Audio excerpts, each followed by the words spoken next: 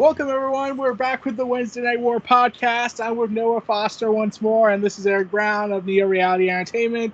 We're back with the next week of the Wednesday Night War, everybody.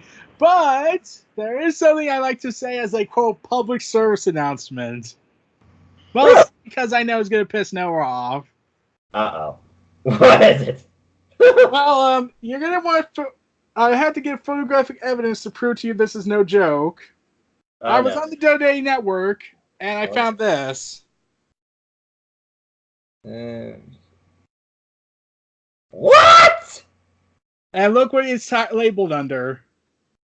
Oh, hell no. Yep, Evolution has apparently been officially retired by the WWE machine. What the hell is wrong with you? That was one of the best pay-per-views of freaking 2018. You didn't give me a Mae Young Classic. You're just going to get rid of Evolution. So help me God, you better call the all-women NXT coming up later this year. NXT Evolution. What a load of crap. Yeah, it's officially in the now retired category of the WWE's canon. You should have... God! Stomping Ground should be retired. Not that. Damn it! Yeah, and it's kind of weird that they decide to put it in between Fatal 4-Way and December to Dismember, as if that was more of an insult. Two of the worst pay-per-views, I might add, I ever watched, when Evolution is one of the best ones I ever watched. That should be up there with freaking, like, classic specials. Are you freaking kidding me? I wish I was. I found out on Twitter, though, that someone was that says that they put Evolution under the retired pay-per-view section. I had to look for this for myself, and long and behold, you see, I had a down day, so I had no idea. I'm like, well, Eric, thank you, because obviously I would have just did the same thing in our Elite Wrestling DM group. But hey, now everyone sees my reaction, because people, guess what? I care about NXT and good wrestling. Raw and SmackDown doesn't bring that. There, I said it.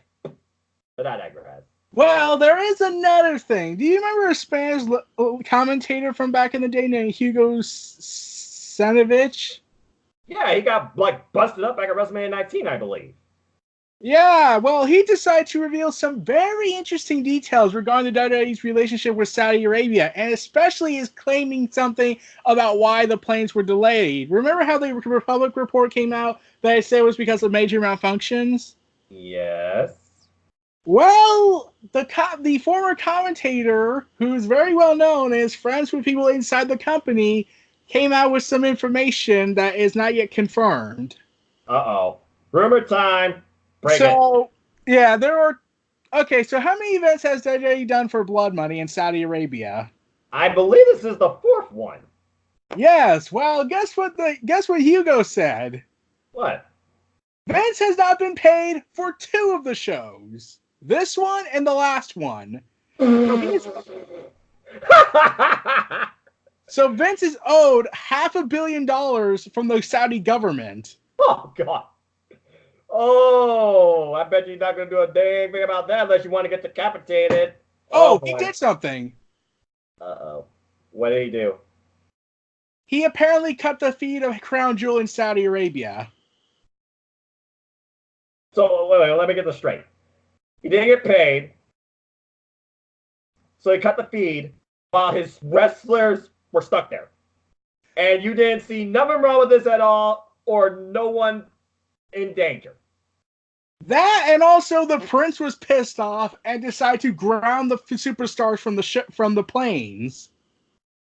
Good God, he was going to leave them prisoner there. Pretty much. Jesus. Which leads to this multitude of questions they have. Vince, how stuck up are you that you are willing to piss off a dictatorship? Do you want to go to war? Are you trying to initiate World War III in reality? Not as a wrestling fan, but are you just trying to kill the world? Oh my God. All right. Shall we get into Wednesday before we kill our viewership, if anything? Oh my God. I'm sorry, folks, but to be fair, it did involve NXT superstars. And God bless them. I hope they all got home safely. Oh, they're all home now. Oh, whew. Because Yeah. I did see something yesterday during, I'm sure, let's just talk about that just a brief moment because it's NXT. NXT saved SmackDown. But I did see something from a former Cruiserweight Twitter account, Buddy Murphy. Never again. And I saw the likes, the replies, and the chant of comments, and I'm like, if you're talking about what you're talking about, I agree. Because I didn't watch Crown Jewel except for the women's match, which hopefully was just named for one thing, hope, morally speaking. But I did hear that he was involved in the show. I'm not sure what he was doing. I think it might have been the Battle Royal. That makes sense. Again, I didn't watch Crown Jewel. I got no reason to. I only watched the main event when I found out who won it. Yeah, Hooray! The Fiend is the champion! That might be the one thing that saves the main roster. But with that, NXT, AEW, I'm sorry, folks, but you know what? We are wrestling fans. If you want like just a public relations type wrestling podcast where we talk about morality and wrestling, please let us know. We have no problem doing that because you'd be surprised what we talk about off camera. Imagine you're doing an exclusive reel. Anyway. But yeah, the Prince is pissed apparently, and Vince is owed $500 million. Yeah, we'll see what happens come Blood Money 5. Yeah. So this was interesting to me because one show went Halloween, the other show went all fucking out. What a Wednesday night. Yeah. So let's go ahead and kick things off with NXT. I did not know Poppy did Io Shirai's theme because I'm like, why the hell is Poppy there? And then someone's like, oh, that makes sense. When I saw Pop, I never heard of her, but then I saw her video and I was like, is she supposed to be a wrestler or is she supposed to be a mentally disturbed mental patient? She's a singer, and I heard of her once because I remember they used one of her songs for an NXT promo, not Io Shirai, but as I later learned as she was singing her song, I Disagree, it changed to Scary Mask, which is an Io Shirai promo theme, and out comes Io Shirai in new gear, still a badass with the entrance. Triple H move, obviously, because that music was like heavy metal, weird pop, confusion, brain cancer variety. And then we get Candice LeRae and Io Shirai. But let me say this, Poppy, your band, the mask, ugh, that was creepy. Yeah. She creeps me out. I'm officially creeped out by Poppy, not listening to her music, even if it's Scary Mask. Candice LeRae and Io Shirai, though, a clinic again. Of course, I wasn't seeing it live, but it was NXT TV. Hell, they brought it again. I mean, I'm like, it wasn't as good as their last match. That was going to be impossible until that was takeover. You're not. You can't expect a takeover level type match in the same feud on NXT TV. Actually, you can on several occasions, like Kevin Owens and Neville back in when Kevin Owens. But not all the time. Yeah, but not all the time. And based on the fact that, we kind of see what already they bring. Of course, we're going to be a little bit like that. But hey, LeRae, she got some strong offense in. But Shirai, she, of course, pulls off her springboard moonsault. Here's the thing that really got me, though. The mind games. Because we all know Candice LeRae is hardcore. There's no doubt in my mind these two are going to go hardcore wrestling. We'll talk more about that later. But anyway, chair comes out. Io Shirai looks like she's going to use it. Jessica Carr, by the way, with the referee. Mad respect to her. She does a great job. And it looked like Candice LeRae was about to use it, but then she puts it to the side, and that becomes her downfall as, inadvertently, Candice LeRae, she gets planted on the chair, and then Io Shirai with the freaking moonsault while Candice on the chair pins her. 1, 2, 3. A very nice, fun bout with some near falls, high spots. But again, Io Shirai, she reigns dominant. And as we were getting beat downs post-match, because, who comes out for the save? The Nightmare, Rhea Ripley. This is my brutality. And we literally get Rhea Ripley and the Ray standing tall as Io Shirai, she yells in Japanese. Your thoughts on Poppy and this match and post-match angle? Well, when I saw Poppy's entrance, I was like, okay, she's gonna be the singer for her theme for her entrance, and I was thinking like, why are they doing all these music entrances and licensing since CFO left? Yeah, because I still know who writes the music for WWE. But I mean, this isn't even a takeover. We got a music opening. Yeah. I was like, what? You made TV time for this? Why? Yeah, I was wondering, wait, why is there a TV music performance on simple television? I'm like, it can't. I'm like, there's no way it can ever top WCW's Kiss. Oh, hell no. Yeah, we all know how that worked out. I'm surprised you didn't go to TNA when they had freaking Tony.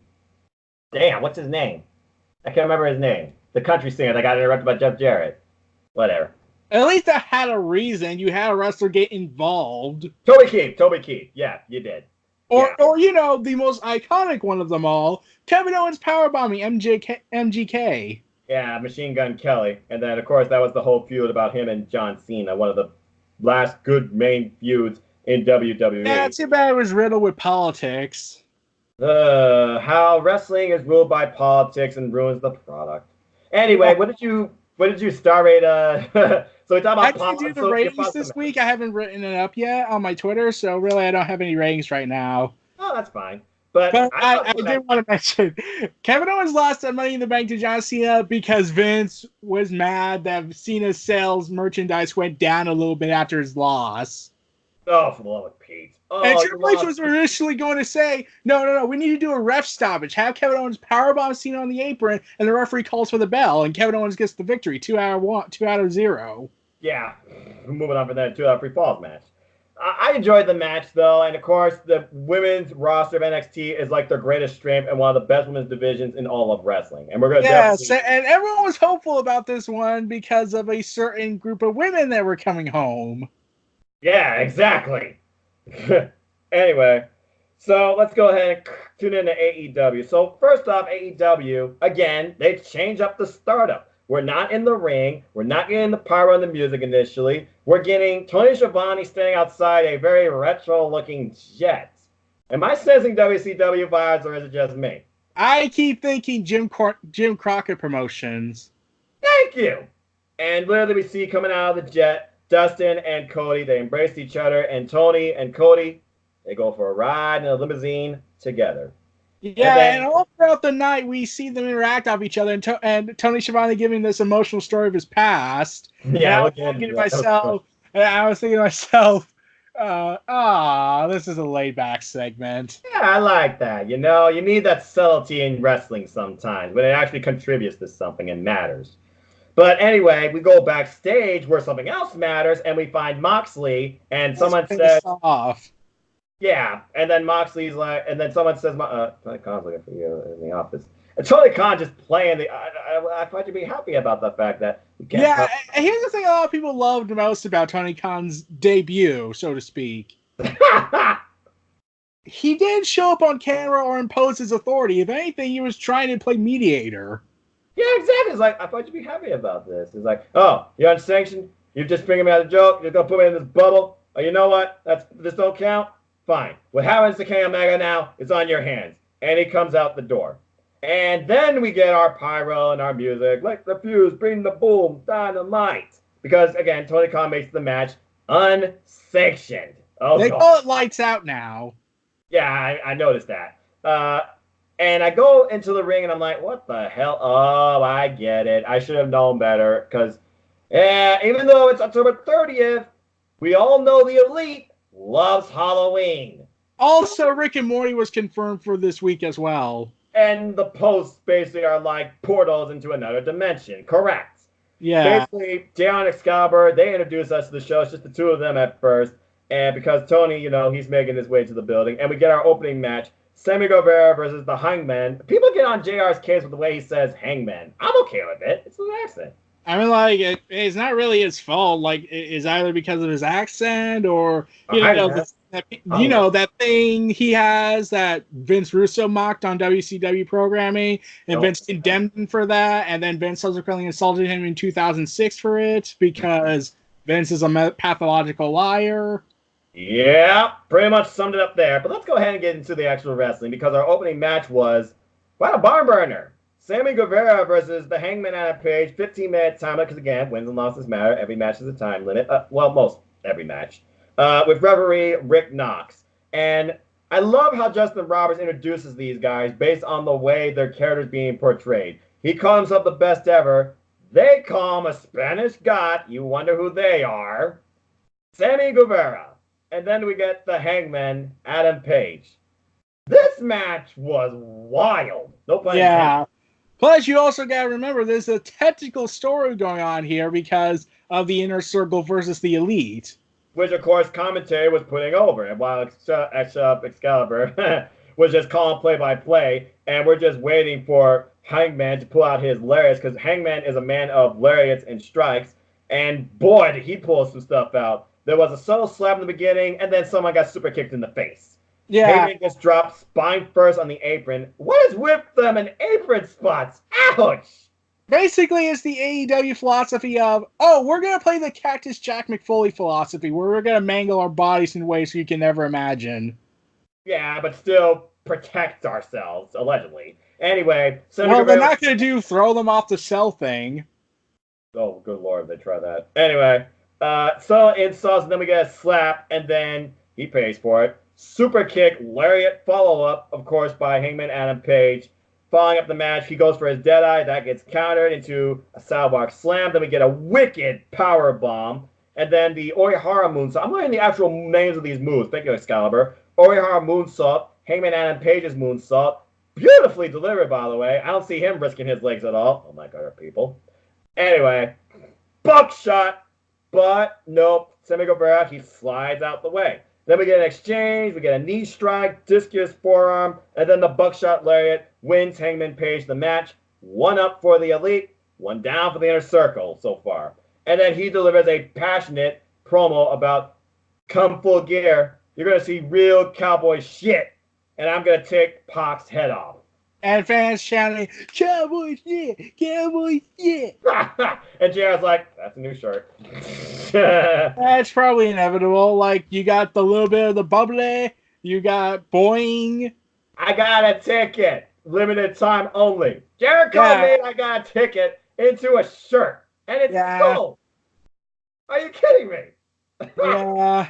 Also, someone with apparently too much time on their hands deduced that the ticket was actually faked, and was that it's supposed to be one of the upper levels, not the skybox.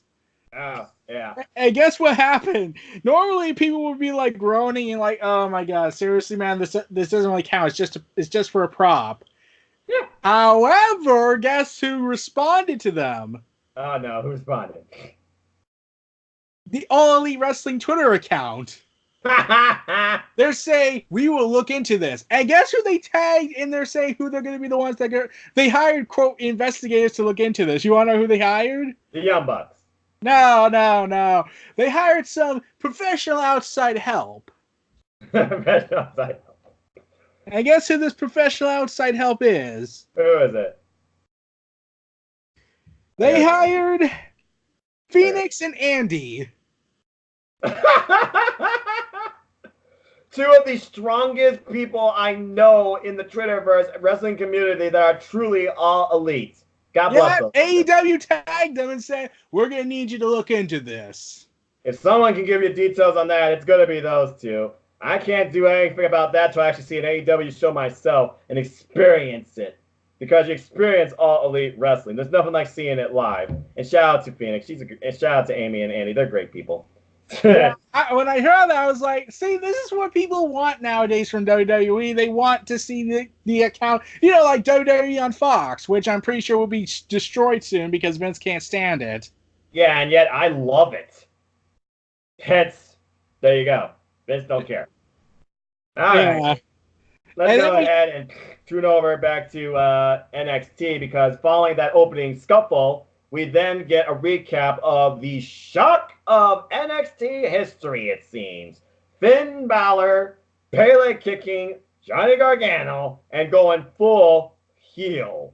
The Prince is back. And they even talk about the subtleties he brought up on WWE Backstage, which I don't watch. But he talked about how he compares one Hollywood movies, but NXT is Broadway. I forgot to mention that last week. I was going to tell you that Balor took a shot at WWE by saying, WWE is like Hollywood, we are like Broadway. AKA, we are not the soul-crushing, leeching off of people's lives. And also, we are more organic and can be ourselves and improv. And boy, did he do it here.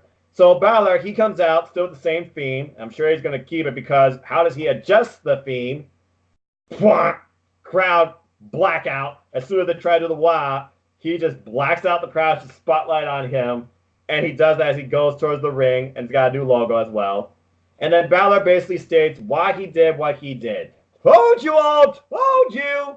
He laid out the hottest thing in the business, removing basically a mask because he doesn't watch the business watches me. I am NXT. So Johnny Gargano, Johnny Wrestling, if you want to come back, I'll send you back to home. And basically that was it. We're basically getting Johnny freaking Wrestling versus Prince here, okay? The Prince is back. It's Prince Devitt versus Johnny Gargano to see who truly is NXT. Period. Yeah, and I loved how he kind of took a shot at Wyatt. About 2 months ago, I was laying down for what was supposed to be the hottest thing in the business. Oh, man, ouch. And I was like thinking, like, you do realize this is a guy who remembers everything and does not forget. Remember his line? The thing, yeah. But he doesn't forget.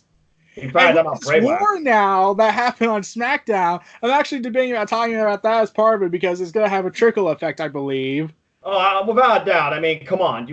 They gotta, come on, connect that. Because, again, the whole month, it's got to be more of that because what Survivor Series is going to be. And we'll get more into that later. But basically, to sum it up, Finn Balor called out Johnny Gargano. I guarantee you he's going to answer the challenge as soon as next week. Anything else? Plus, we're going to get so many classics in War Games. Well, War Games always delivers because NXT takeovers deliver. Even in the lowest form match, you can rank the matches from top to bottom if you choose to do that. NXT takeovers never disappoints. Period. Yes. All right. In fact, there is one element that I do wish NXT brought back. What? Okay, so this is a little off topic, and it might mention someone that is kind of like the vile person of the internet lately. Remember the NXT title from when the traitor Seth Rollins, the false prophet, won it, and then all the way up to Kevin Owens? Yes. Do you remember a very subtle thing they did with the NXT title, and I thought this was the genius thing ever? Okay, notice a pattern. Seth Rollins wins the title, he gets called up, he acts like he's a heel. Right. Big E Langston is a face, he wins the title, he becomes a heel. Bo Dallas wins the title, he becomes a heel. Neville wins it, he's pretty much bordering on heel turn. And I thought is the NXT title like, are they playing it up like it's a curse? Like every title winner who holds it becomes the villain of the story? It's like it's got like a dark aura to it that just makes you evil. Yeah. I mean, Johnny Gargano on several occasions when Sammy was feuding with Neville, you notice he gets tempted when he sees it, like he's tempted to use it on his best friend. And you know how Neville changed, how he criticized Sammy, how he lacked killer instinct, how you will never be champion with your goody-goody nature. Yeah, and we found that incredible match at NXT Redemption, basically. Our Evolution. Excuse me, yeah, Our Evolution, where it's like he finally fights all that, but he proves a point and he becomes the champion against one of the best matches of all NXT. Yeah, I was like, well, they really should bring that title back, that kind of system back, that subtle storytelling they did. Well, who knows? Maybe after War Games we'll see that, because I think War Games is taking a different direction this year, and not just because of what we learned is going to happen at War Games, and we'll get into that later, but also what we'll talk about, because I think we should talk about following what happened, because NXT was not done after Wednesday, but we got to continue on with the show. So let's continue with NXT, because NXT had, of course, more wrestling, while AEW had more storytelling and entertainment, ironically. Roundup versus Shane Thorne. Shane Thorne has been trying to prove a point. All these breakout tourney guys have been getting these chances, but I'm better than them, blah, blah, blah. And he gets his ass kicked within 4 minutes. Yeah. Yeah, Bronson Reed destroys the guy with a thunderous splash from the top rope for a huge win. Short match, but the NXT crowds are into every match no matter what. There's never a flat note for them. They react organically and are into everything. Like, you could put in the, like it's, okay, here's the best way to describe it. NXT is like the brand version of Chris Jericho. It could make anything go over. Exactly. Well, except for those T-shirt designs. Some of those T-shirt designs are blue. Oh yeah, Jordan Miles and that. how he reacted. And so far, that's the only one with a negative reaction. I don't know what the sales are on the others. And again, a lot of these T-shirt designs are indicating wrestlers you haven't showcased yet. NXT. Where is Chelsea Green? Let's see. Chelsea Green wasn't even on the dark matches. Enough said. And again, they got more talent they know what to do with, but they're doing incredible things with what they are doing with on TV. But I'm just saying, you're going to have to mix it up. I did tell you what happened regarding it has too much talent to work with. What? Don't you remember? The Performance Center kind of is overpowered. Oh, that's right. they're gonna have to expand. Triple H, get to work, dude. Either expand or they have to let certain people go. And considering Vince hasn't given his promises back, they're not gonna let anyone go. But if you want to keep NXT as the most friendly work environment, according to all sources, you're gonna have to do something very, very soon. With that being said, going back to AEW, our next match was a women's bout that was really good and had a debut. Another person now on the AEW women's roster who has worked in the Indies, over in Europe, but also had some time in Stardom. Yeah, and it was confirmed she signed with AEW. I saw that, and I'm glad she did, because she and Hikaru Shida had a hell of a bout. Debuting Portugal's perfect athlete, Shana, versus Hikaru Shida. 15-minute time limit, referee Paul Turner. Right out the gate, these two, they were already exchanging against each other. And then we get midsection heel kick, beautifully delivered by Shana. Then a running step-up knee strike with a chair assist by Shida. Shida and Shana, I'm sorry, people, if I confuse you. Exchanges of knee strikes, we get a right elbow strike, and then the two jockey for positions where we get a headbutt at one point, after commercial break, I might add. They're on the ropes, and Shana's like, oh. And Jared's like, okay, do something, capitalize. Oh, she does. Double stomp, drops Hikaru Shida. 1, 2. How close was that count? Yeah, I saw. I was like, oh god, we're getting drama, everyone. We're getting drama and no errors. JR's like, that was closer than 19 was to 20. I agree. I thought that was it. I thought she had her. That was a brilliant spot. And then, of course, she tries to follow up with a running PK, and then we get what's basically like a sunset driver, tries to play on the mat, still not enough. And then Hikaru, good lord, deadlift suplex from the apron, springs on the rope, and brings her into the ring. What the hell? Counter into a cradle, though, after Hikaru Shida tries to go for, I think, a running knee strike, and then kick out. Roll-up counter after Shana goes for something, near fall, and then we get 10 minutes gone by, 5 minutes. This match went over 10 minutes. Yeah, that's 10 minutes and 45 seconds to be exact. Oh, thank you. And I'm then on we get match when I do the stuff. Nice. We get a high knee strike, we get a Falcon's arrow, and then fall knee, but really awkward cover by Hikaru Shida during this point. She didn't have like any pressure on the shoulders, as JR pointed out. Hence going back to that point of, okay, maybe they're exhausted. Maybe it's like, maybe I've done enough just to do this. I just want this to end. I want the win, because again, wins and losses matter. And this was her debut, so obviously she wanted to win too. But following this lackadaisical cover, it seemed like, she slipped out of it, and then Hikaru Shida ended her with a running knee strike, almost shaded the V trigger nearly, and gets both her legs in the count, and Hikaru Shida wins an incredible match, 1, 2, 3, and Shana with an amazing debut. I loved this. Yeah, I was enjoying this match. I actually thought like the ending was going to be different. Like Shana was going to win, because when she kicked out of that devastating move, I was like, is she actually going to win? And then, nope, Hikaru wins. Well, and again, it was a debut. You would think sometimes the debut would win, or you'd think sometimes the debut would be squashed. In this case, the debut brought out the veteran. And thank you, Kenny Omega, because obviously he brought this person over because, again, he works a lot on the women's division. That's why we get all these wrestlers that have wrestled through Japan promotions, including Stardom now. He's probably the reason why we had Jamie Hayter last week. Yeah, and speaking of stuff that's going on in Japan, there is something that I was told by Arnold. What? Apparently a user named Drama79 that has broken many stories in the past had something rather interesting to say before we got the match, before we got AEW. He told me this. Negotiations are underway behind the scenes for an AEW talent exchange with New Japan Pro Wrestling. It's got to be inevitable. AEW and New Japan Pro Wrestling are going to work together. It's got to be inevitable. I honestly, because they already even talked about, hey, we could see Minoru Suzuki go to AEW because he was unhappy. Well, it says that, but one of the two says that it's very close to being done. Cool.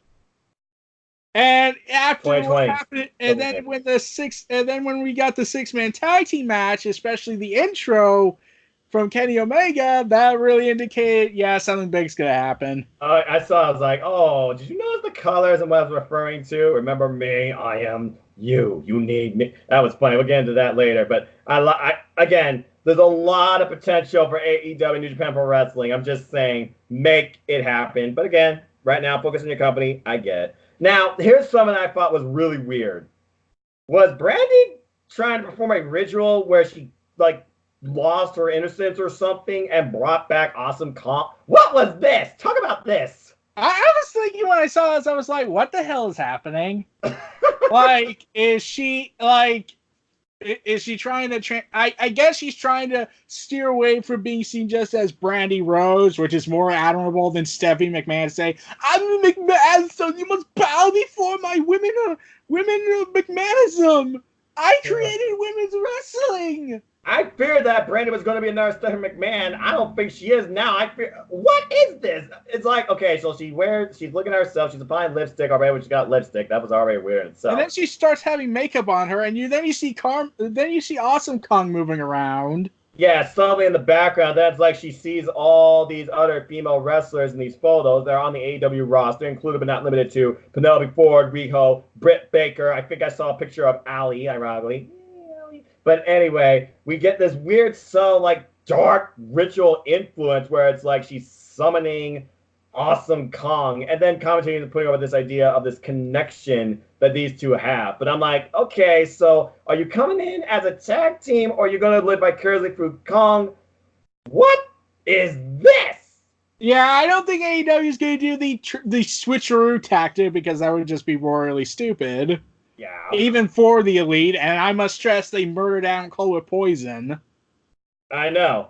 But I was thinking to myself, what is going on? Also, weren't we building Debris and Priestley and Britt Baker?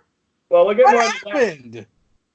I mean, we got one more show. Give them a break. We still have to go home, and we'll talk more about that, I'm sure, next week. Well, probably on a sooner date or sooner time because, again, we're literally now 1 week away at time of recording from AEW Full Gear that you are going to see live. Yeah, which is why I think that you would have to find some time for Sunday to do this because I will be busy there and I have to get ready and everything. And it's probably going to last until like 11.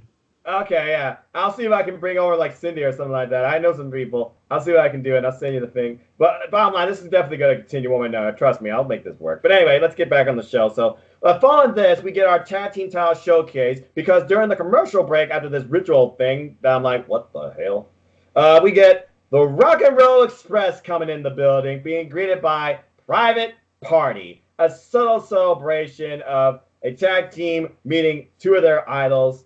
And that's all it was. Nice, simple, not cheesy. And, nice welcome. And the nostalgia is better than the new stuff. And then we go back into the building and we find Chris Van Vliet in his suit, an AEW embedded blazer. Nice. I want one of those. And he introduces the Rock and Roll Express, who come on the stage. And basically, the Rock and Roll Express, they are here to present the AEW World Tag Team Championships tonight to the winners. Yeah. Be here. And then who comes out and destroys LAX. Proud and powerful, yeah. With old school sock weapon. Who knows what's in that thing? And they get Chris Van Vliet away from the stage and everybody's booing the hell out of them. JR's like, what the hell are you doing? Good God. JR was on a roll tonight, man. Yeah. But I was thinking to myself when I saw this, it's like, okay, they're still putting over the future. Yes, they are. The Rock and Roll Express is putting over the future. They will not die, and they're not about themselves. They're just about tag team wrestling, and boy, did they take it, because at one point, it is this crazy part. What? I What's kind crazy? of want to see LAX take on the Rock and Roll Express, especially what the Rock and Roll Express still does at their age, like Hurricanranas and pile drivers and cruiserweight moves that. Wait, how old are they? In their 60s? And they're 60s, yes, and they're teaching too. And I would love to see that because Ricky eventually gets power bombed into a part of the stage.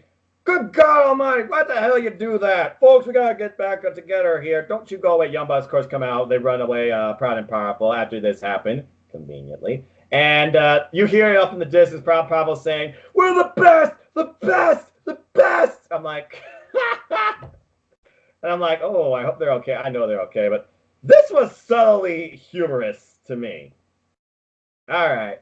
Yeah, So, let's bring in a sock and hit them. Like, we could probably use brass knuckles, but still. well, again, they even put over how they went, like, that's an old school weapon. I didn't know Yeah. that was, honestly. And Further then, highlighting the AEW loves tradition, but yeah. doesn't want to overexploit it. Like, And then someone on Twitter confirmed to me, I already did that. Someone on Twitter confirmed me, yeah, they went old school with the sun. I'm like, oh, okay, well, now I know something. Anyway, back to NXT. The WWE Women's Tag Team Championship match. And boy, did this deliver as I thought it would, and was probably Asuka and Kairi's best match together as a tag team, and probably their best match since they were called up. And for Asuka, it's been her best match since Becky Lynch at Royal Rumble. They love NXT. They miss NXT, and they proved a point here because, good Lord, they delivered. Asuka, of course, she singled out, what was it? Kai, because Kai was getting worked over the most in this match, especially her knee, of course, that was recently injured, but now better. By the way, Saint's gear, I love the gear, by the way. Saint, of course, they basically just attacked Kai for most of this match, and then eventually she eventually gets an advantage. We get some insane bumps outside the ring, and then we get Tegan Knox with a hot tag. She goes on a tear, goes for the Chinese Wizard attempt against Asuka, but then gets locked in a knee bar on a surgically repaired knee, I might add. Yes. She's unbelievable. Knox, of course, escapes, puts Asuka in an armbar. We have counter for counter, excuse me, mat wrestling with women that can wrestle. Sorry, not sorry. Anyway, Santa, of course, she broke it up sooner than later, and then Kai was ready to take advantage. Asuka, of course, heel tactic, green mist, right in the face, right behind the rest back. Ah, geez, poor Kai. And I'm like, ah, no, no. And then basically, they come back into play, 2-on-1 assault. Dakota Kai, she does it a roundhouse kick and gets tapped in by Zayn for an insane elbow, though. She came back for the 1, 2, 3. Sorry. In a matter of genius moving, they go ahead and have her cover the face of the green mist because she knows what the ref will do if they saw it. Yeah, of course, because disqualification. And then basically, this match, it started slow. There was mat-based wrestling. There was a welcome back for the Asuka and Kairi Sane. I refuse to call them by that stupid name. And these two jockeyed for position over each other. We got some nice submission-based wrestling by pro submission-based wrestlers in Tegan Knox and Asuka. And of course, Asuka being heel with everything she does now. Her go-to is the green mist, and she hits Kai in the face with it. Tegan in a 2-on-1 assault, couldn't do much. She does. And I love how in a moment you see that throughout the entire weeks as she turned heel, Kairi Sane's outfit went darker and whatnot. Yeah, basically. And I was thinking, here's the thing. There's only one disappointment I have about the match, surprisingly. Besides the result. Because you know what's going to happen next. But anyway. Now, my disappointment was this. What? Where was Io Shirai? I want the Black Lotus Triad, damn it! Well, she came in later, but you keep dreaming. She didn't help them, though. We don't see an alliance. Imagine if they did that. Imagine if they made the women's version of the Undisputed Era, and Asuka and Kairi Sane hold the women's titles, the tag titles, and Io Shirai wins the NXT women's title. As long as Asuka and Kairi Sane are signing Monday Night Raw, you're not going to see that, unfortunately. At least not yet, but what we're going to talk about later, who knows? It might even happen at Survivor Series. You can only hope. Anyway, though, after this, though, we do get history because all fucking hell broke loose. And first off, here comes Shayna Baszler and the Horsewomen with a blinded Kai and a Tegan Knox coming off an incredible match, almost in a 3-on-1 situation. She tries to fight off, and it almost looks like she's about to pull the Kai spot that took Kai out for a while and destroy her arm. You notice she took the hairband out of her hair, like, uh-oh, shit. And then Rhea's music hit. She makes a different, or tries to, before Io Shirai comes out and attacks her from behind. Looks like the mercenary has a new target. And then following this, all hell broke loose. But then Rhea Ripley, still the badass that she is, she still makes up the difference. But who comes into play then? Bianca Belair comes into play and attacks Rhea Ripley because Rhea Ripley beat Bianca Belair. And then Candice LeRae comes out. And then we get all hell breaking loose in the ring. And somehow Kai, still kind of blinded, but gets water in her eyes and can kind of see. We get all out faction warfare, like 9 women, I think, in this ring. And Rhea was like, that's enough! Ref, pull them apart! That's enough! I got a simple solution for this. War Games! And I'm like, oh, by the way, let me also say, I cannot disown her. Beth Phoenix and Mara Ranello, perfect in this match as far as passion and commentary goes. Beth, you are truly finding your spot, and I love it. And boy, did she feel good about this. It's about time. Ladies and gentlemen, we are getting the first ever women's War Games match with Team Rhea versus Team Shayna. I cannot freaking wait, and I literally blew up on my Twitter. And this is what I will say. Here's the thing that makes it so much better. Go for it. No Stephanie, and it was organic. Yeah, simple as that. There you go. Now the question is, and I was thinking, okay, it's awesome, but I do get the feeling too of Shayna Baszler that her 4 Horsemen cohorts are not going to be in the match because they're not refined enough. Yeah, I agree, and I also want it's going to be like 4-on-4, 5-on-5. It's got to be like 4-on-4, right? Because you saw it was inside the ring, and then you see it was outside. There's a missed number so far as this women's division goes. As far as if you take out those other 2, you would need at least one more or another. And that's why some people were saying Asuka and Kairi Sane are calling. I would not be having a problem with that. Make it happen, as far as I'm concerned. They team up with Shayna Baszler, and then you get. And I love how this brawl wasn't just, oh, we need to throw all the women in the ring and let them fight. Wait, no, let's go ahead and give continuity to this. It built and it built and it built and it built and it built based on the events that have happened over the last few weeks in NXT, based on the feuds that have been going on. Yeah, and you want to know the best part about this? What? They didn't just suddenly hate each other to liking each other and raising and cheering when they make the announcements. You know, like the Royal Rumble match announcement 2 years ago. Yeah, I'm aware. This is, well, again, they're unapologetic. There's no BS. We are not your kind. There is no more truth to that than this right here. And this proves, in my opinion, NXT has the best women's division in professional wrestling. Yes. Unless you want to beat Stardom. Well, that's a whole different thing with faction. That's New Japan Pro Wrestling female version. I'm just going to say that right now, okay? But I do love that promotion, too. My Sunday watch.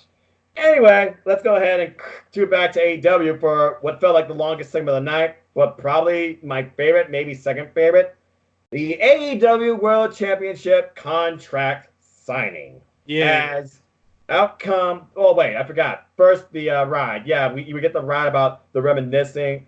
They're talking about, like, in the late 80s, how there was, like, a pool party, and Tony goes to Dusty Rhodes' rooms and finds him butt naked.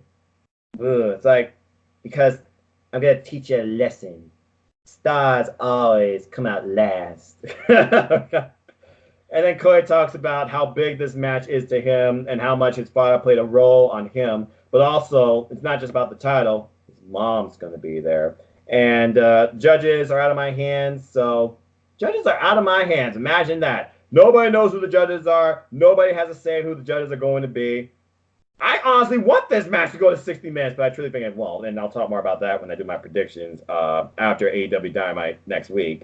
And then emotion, it drives us. As Tony put it, he's glad to be part of this, about to make history. And history is, you make them wait. It's a star move. And then we go back into the arena and we see this nice setup, not in the ring, at the stage. Yeah. This was one of the most best set up contract signings I have seen in an incredible long time. The champion comes out. I think JR is colorblind, though. He said that was purple and gold. It's purple and orange.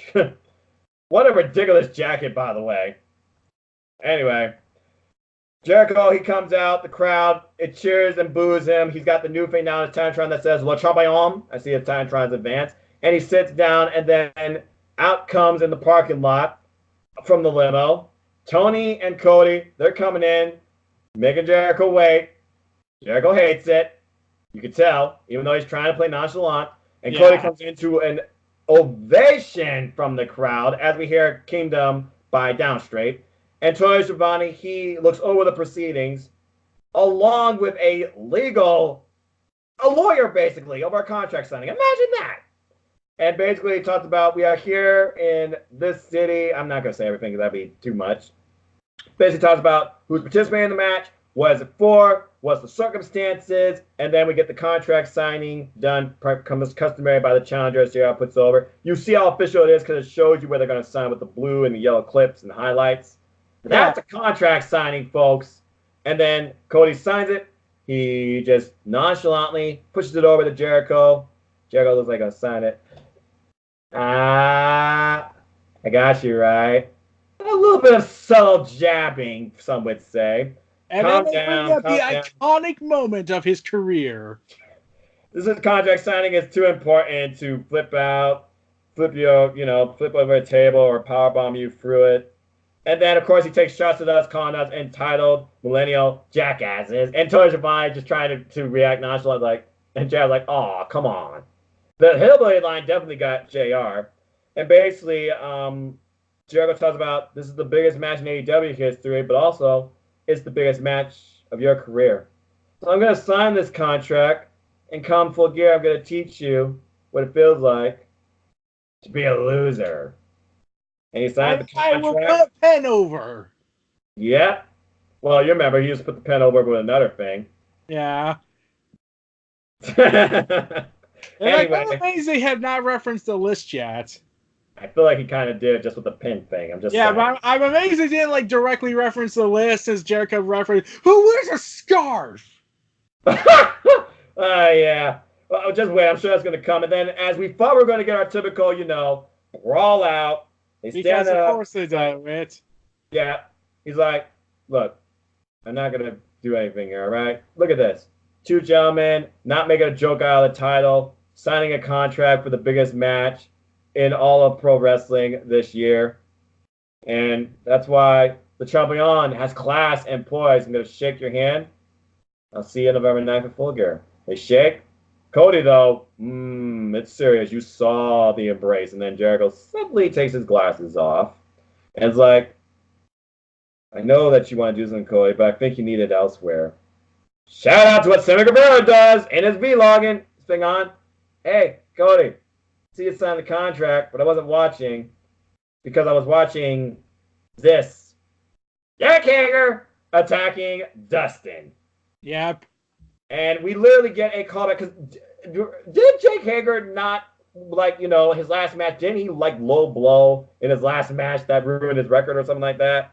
I thought someone told me that he did. Oh, I don't really watch Bellator. Yeah, I don't either. But anyway, he beats the crap out of Dusty. He low blows him with his knee, and it looks like he implants his head in the limo. Nice solid visual there. And then Dustin, I'm sure inadvertently, puts his arm in the way of the door and inside the limo, and Jake Hager slams that thing hard on it. And finally, Cody and MJF and our officials come out, and then suddenly we get Jericho finally coming out, leaving with Hager and Guevara in, I think what looks like an Escalade, smoking a cigar. It's like, yes. It looked like it hurt. You may want to take him to the hospital. Happy Halloween, Cody. And they ride off. Cody's furious. To the sunset. Yeah, there's one. Cody's furious. MJF's out there yelling all sorts of nonsense. And they all slowly lift up Dustin. You see the crowd reactions. I love how during the commercial breaks also you see all the crowd, their organic reaction and stuff like that to everything. And you saw most of the crowd here were just silent, shocked, per se. Yeah. And basically, again, they say hospital. This is normal, folks. It's a hospital, not local medical facility. And, yeah, the commentary couldn't believe it. Like, Dynamite has exploded tonight. Again, JR, you were on fire tonight, dude. Well done. We'll be back after this. And then comes our first, I guess you could say, subtle humor of the night, per se. Oh, no, wait. I skipped that because I'm sorry, folks. I'm not a fan of Rick or Morty. I forgot before the contract signing, there was the intergalactic clash, they called it. What the hell? Eric, your thoughts on Orange Cassidy and the Best Friends versus the freaking Apple guy and that other the team? What's their name? John Silver and Ace Reynolds. I don't have anything on that. I was thinking, I just thought like it could have been worse. Like they could have had the actual voice actors of Rick and Morty beat the wrestlers up. So at least I'm glad they didn't do that route. Or be on commentary. I mean, Rick's like, Maury's like, don't hurt yourself, guys. And then Maury's like, Maury was like, don't hurt yourself, guys. Rick's like, yeah, don't hurt yourself, guys. It's like, oy vey. And then everyone's got like a Rick or Morty mask in the crowd. So it's like, everyone's involved, everyone's having fun. But I'm like, sorry, folks, this is not my type of thing. Yeah, I was expecting WWE to do something. I would expect WWE to. Remember WWE did the Muppets taking over Raw? Yes, I remember. And they completely derailed everything and made me want to say, remember when wrestling was going ahead and making me feel proud to be a wrestling fan and saw people bleed on the TV shows? Can someone tell me what hell happened? You know what? DDT, we got the hug. Orange Cassidy, he did his Torpe Suicida, his hands in his pocket, naturally. And then the Best Friends, they won with tandem offense and a finisher. Wubba Lubba, AEW. I think Excalibur got JR to say it. Even JR was confused. What the fuck did you make me say? I have never watched Rick and Morty. Me neither. Sorry, folks. If you're fans of adult, the reason why I just have not brought myself to watch it is primarily the fan base being rather. Okay, let's just say they're bloodthirsty. Fair enough. I'm like, remember the Szechuan sauce crisis of 2 years ago? Yes. And there was an actual person stomping on the table saying, I want my Szechuan sauce! And I'm just left wondering, you are making the autistic community very disappointed in people, and I'm autistic. So one of my best friends, shout out to my bro Ross the Boss, but I was born developmentally delayed, but we all have, our challenges and struggles. But I'm like, what the hell is this? Anyway, sorry, I'm still not over this. But I did like the next thing that happened, as you pointed it out. First off, it is the Hybrid 2, and keep saying, and this is officially at the contract sign. We're back on track, folks. Sorry, again, Rick and Morty was like blank from my mind, but I get it. It was part of the show. I had to talk about it. And plus, Kabuki Warriors was 17 minutes long. That was enough time to fill up 2 matches on AEW, basically. Which is why we got this match. The Hybrid 2 and Kip Sabian versus the Elite. Hybrid 2, Kip Sabian, they come out, normal entrance, it seems. Trios record, I might add, they put over their thing. If AEW does not have Trios titles by freaking All In next year, I'll be bloody shocked. They gotta be doing that at this point. They're turning everything into Trios. Yeah, I was wondering, like, are they going to not do the women's tag team title and instead do a Trios title? Considering how big their women's roster is, it's probably the better way to go about, because right now I don't think you got enough tag teams set up. But there's potential there, but you don't have enough tag teams set up in the women versus all these trios you're establishing right now in the AEW men's. Just saying. But anyway, this is a fun match. But I love the fact that Kenny Omega's entrance was Undertale again. But it was like the cleaner was trying to, reestablish himself inside Omega. You need me. Soon all your friends will join. They all go like creepy, evil, dark masks, like the flower that killed him. And then the most favorite part was you see Kota Ibushi holding the G1 Climax trophy, and I was like, are they actually going there? Are they teasing that this is gonna happen? Maybe. In fact, and then put a sock in it. Mind if I take over? As soon as I saw that form of text, and then he went, yes, I knew exactly who they were going to do. Sans, who is recently now a new character in Super Smash Brothers, and I'm sure it's a very popular game for Kenny Omega. Kenny Omega comes out as Sans from Undertale to a huge pop. While the Young Bucks come out still as Ryu and Ken from Street Fighter. I believe they had their belts wrong this time. Someone can correct me on that. Probably. And again, it was a wild six-man clash, as the Elite can bring you.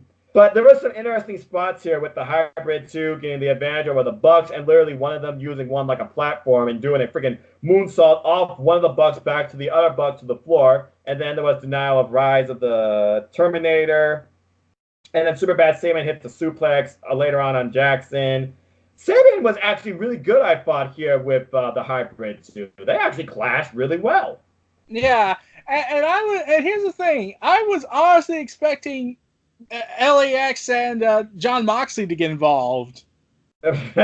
Yeah, no, well, we know what Moxley was going to do later. Again, on one of my segments. But anyway, he finally gets, the V-trigger going. And at one point, I swear, someone lost a tooth with a freaking knee strike. That was ridiculous. We had three-way super kick spots, super kick party. And then, of course, Nick Jackson, he hit the super kick on Saban. Omega nailed Alejandro with it was Angelico. He did that devastating V-trigger on. Again, JR loves seeing the V-trigger. I do too. V-trigger is one of my favorite moves. Definitely one of the most effective. Bang when that hits you. Yeah. Though George Janelle is so far the best seller. Oh, yeah. Jack Evans, though, he eats a V-trigger later on. We get one main angle following that. Kenny Omega with another win. And they talk about how that entrance by Omega was like the subtleties of the mental struggles Omega's had since being with AEW. When you look at his run early and then his I'm just getting started character on being the Elite, now being more like, the best bout machine, it seems. Picking up wins. But it's the intro that mostly captured my attention. Like if they're really teasing that AEW and New Japan are really going to be buddies now, and especially I'm expecting the announcement to be made at Wrestle Kingdom Day 2. There's got to be That's the day the president leaves. That's the day the president resigns. Yeah, because they said that, and that's why they said and Minoru Suzuki, they're both thinking about leaving New Japan after Wrestle Kingdom. We know one guy is for no real reasons right now whatsoever. Anyway. Yeah, I was thinking, imagine if they do it. If they have Kota Ibushi lose to Okada, and eventually if AEW and New Japan do form their partnership, could you imagine the roles reversing? Kota Ibushi being the heel versus the face Kenny Omega in this Shattered Brotherhood friend battle.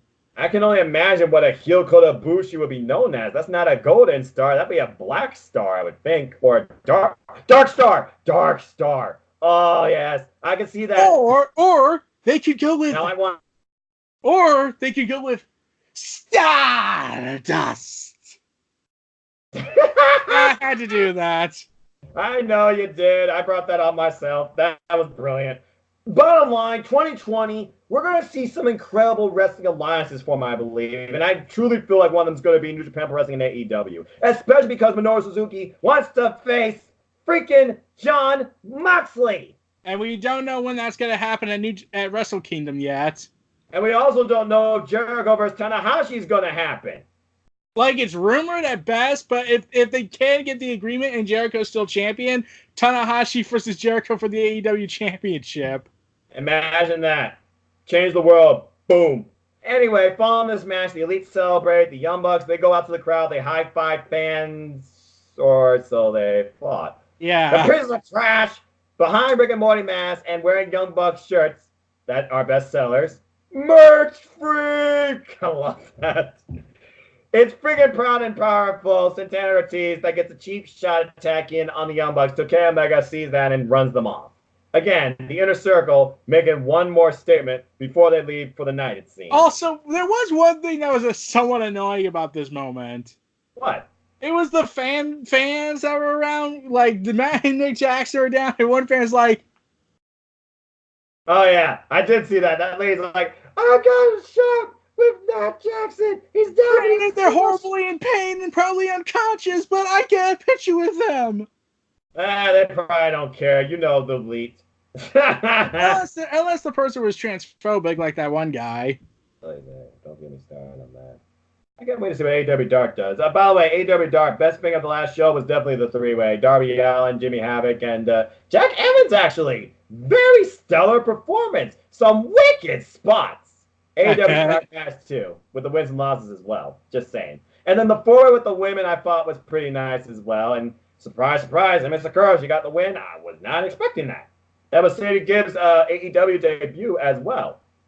So we'll see what happens more of that. Again, they really are trying to get everything out of the women's division, figure out who they are, what they work best with, what they can do, give it a chance. It's going to take a little while. But I think right now, the best ones going are Britt Baker, Riho, Hikaru Shida, and after her debut, gotta be Shanna. That was impressive. Yeah, and it looks like we're getting the dark horse for Brandy Rhodes. Like, if I had to guess, if Brandy wants to be seen as Brandy and not as Brandy Rhodes because of her last name, she should probably change her last name, and it would actually make sense. Unlike, hey, let's get rid of Andrade Cien Almaz's name and just replace it with Andrade because long names hurt my feelings. Well, as long as she's T. Brandy Officer, I mean, you technically could drop the name too, so there's that as well. But if she's going to be Brandy the wrestler, or at least try to be, I completely agree. And I feel like literally that ritual thing, Brandy's getting a change of character is going to be back in the ring at some point. Yeah, I don't think also, here, but here's the thing. There was a major black eye for me on AEW. What? And this is because I hate my curiosity to see what's going on in the crowd. So there was a fan wearing a blue shirt. And when I saw it, I was like, oh, God, can we just not have that image in my head? I watched this show to be happy, damn it. Oh, no. What did you see? A combination Photoshop image of Hulk Hogan and Donald Trump. Well, takes all to make the world go around. Anyway, NXT. Cameron Grimes versus Big Strong Boy Tyler Bate. And, of course, these two, they flipped and they beat the daylights out of each other. Yeah, this thing got a rating from Dave Meltzer, 3.75. Really? Yeah. Wow. And that was this was a less than 10-minute match. Yeah, I know. I mean, you got all the good spots. There was rebound lariat from Bate, of course, for a near pinfall attempt. And then he goes for the tire driver 97. Of course, Grimes get out of that. We get that rolling kick into a torpe con hilo from Bate. Again, and then come the subtlety of Killian Dane, if you can call it that. He's aware, Bates aware, he's at ringside, but Dane doesn't get involved, but is enough of a distraction. And with an extra moment to regain his consciousness, or bearings it seems, Grimes pulls off that crazy double stomp out of nowhere for the win, takes his hat, gets the hell out of there. But we're not done there because Dane's out to prove a point. He attacks Bate. And he literally cannonballs him into the steel steps. That was ridiculous. Yeah. And basically says, "Done.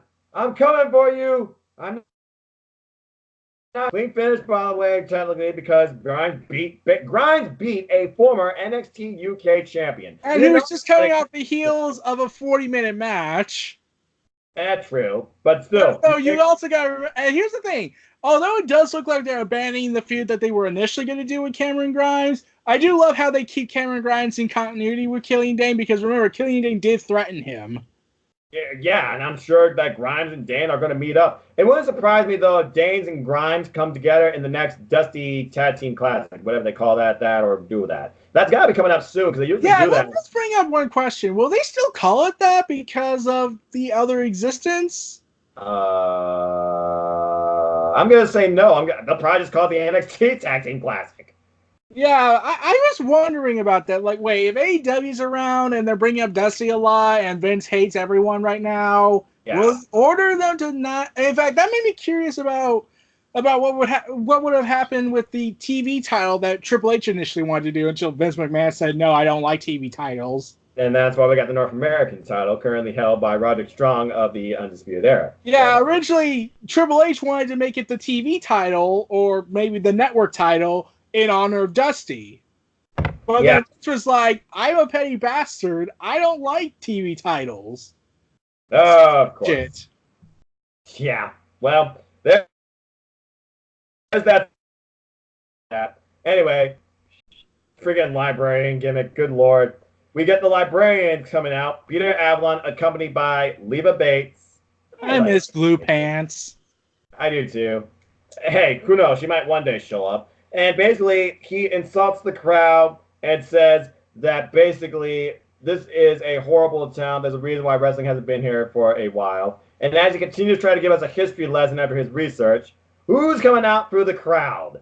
I will channel my inner Stone Cold Steve Austin and do the middle finger and go ahead and lay him out with the paradigm shift. Boom! Goodbye. Your book is overdue. I've rewatched that clip like 7 times just because of that line by JR. Jon Moxley. He comes out and delivers one hell of a promo. Yeah, I was thinking when I heard his promo, I was like, oh, he's laying it all out. The past 2 years, I'm pretty sure he wanted to say a lot more on that from that podcast, but I knew he had to keep his restraints.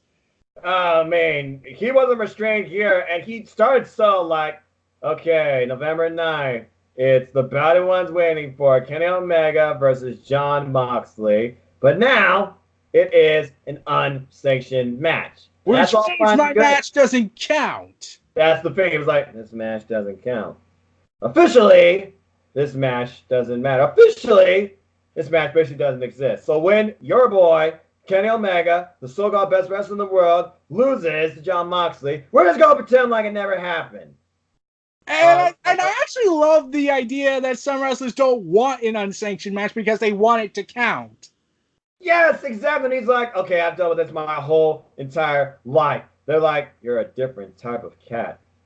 And you know what? I'm not stupid. They're figuring I'm stupid. They want to put me in my little corner right here, want to try and control me. And then basically says, well, if that's what you want to do, AEW, you can take your win-loss record and shove it straight up your ass. And then the crowd explodes. Moxley basically went from 9 to 10 to 200. Because, yeah, and I wouldn't be surprised if there were some inside shots with Vince. Oh, without a doubt. He's like... And here's the thing I was honestly hoping for. I was honestly hoping, given everything this other guy has done, Jon Moxley was going to go ahead and say, and then I had to deal with a former brother-in-arms going ahead and blasting me on social media saying I would take my balls and go home.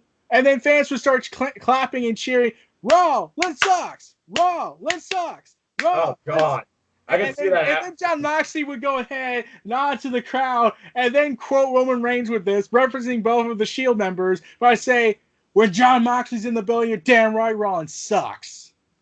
Imagine if imagine the crowd did that and Jon Moxley responded like that.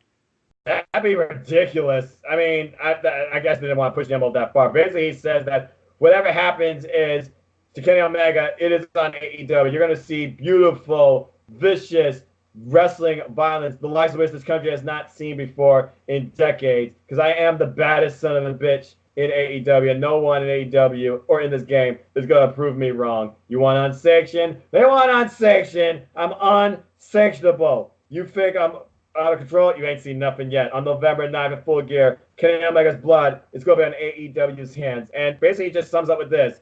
You want to control me? It's like this.